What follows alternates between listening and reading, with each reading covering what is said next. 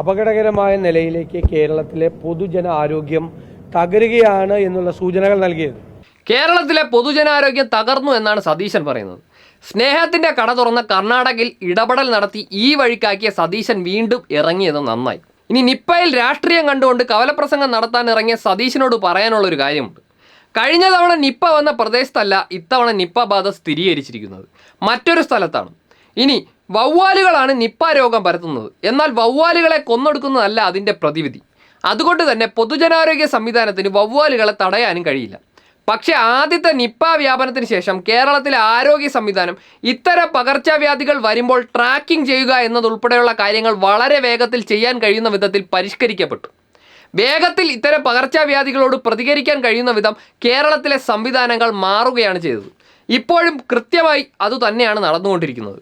എന്നാൽ സതീശൻ ഉൾപ്പെടെ വൃത്തികെട്ട മനസ്സുള്ളവർ ഈ സമയത്തും അതിലൂടെ കണ്ടെത്തുന്ന രാഷ്ട്രീയമാണ് പ്രധാന പ്രശ്നം. എങ്ങനെ ഇതൊക്കെ എടുത്ത് വീശി ഈ സംവിധാനത്തെ മോശമാക്കാം എന്നാണ് ചിന്തിക്കുന്നത്. നിങ്ങൾ അറിയുന്നത് പോലെ തന്നെ ഈ സംവിധാനത്തിന് നേതൃത്വം കൊടുക്കുകയാണ് മന്ത്രി ചെയ്യുന്നത്. എന്നാൽ ഈ സംവിധാനം താഴെ തട്ട് വരെ പ്രവർത്തിക്കുന്നതുകൊണ്ടാണ് നമ്മുടെ നാട്ടിൽ ഇത് നിയന്ത്രണ വിധേയമായിരിക്കുന്നത്. ഈ സംവിധാനത്തെയാണ് സതീശൻ പീറ രാഷ്ട്രീയം കളിച്ച് തുലയ്ക്കാൻ വേണ്ടി ഇറങ്ങിയിരിക്കുന്നത്. സതീശൻ സേഫ് സോണിൽ ഇരുന്ന് വാചകം വിടുന്ന സമയത്ത് നിപ്പയെ പ്രതിരോധിക്കാൻ നമ്മുടെ ആരോഗ്യ സംവിധാനം വിശ്രമമില്ലാതെ പ്രവർത്തിച്ചു കൊണ്ടിരിക്കുകയാണ്.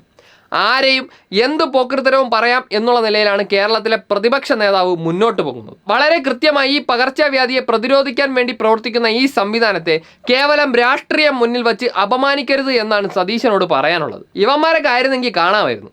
ഇവർ ഭരിക്കുന്ന കർണാടകയിൽ ഇതുപോലുള്ള സാഹചര്യത്തിൽ എന്താണ് നടക്കുന്നതെന്ന് നമ്മളിപ്പോൾ കണ്ടുകൊണ്ടിരിക്കുകയാണല്ലോ. അതുകൊണ്ട് കരയ്ക്കിരുന്ന് കമൻ്റ് അടിക്കാൻ നിൽക്കാതെ പ്രതിരോധ പ്രവർത്തനങ്ങൾക്ക് സർക്കാരിനൊപ്പം നിന്ന് പ്രവർത്തിക്കാൻ നോക്ക് പ്രതിപക്ഷ നേതാവേ.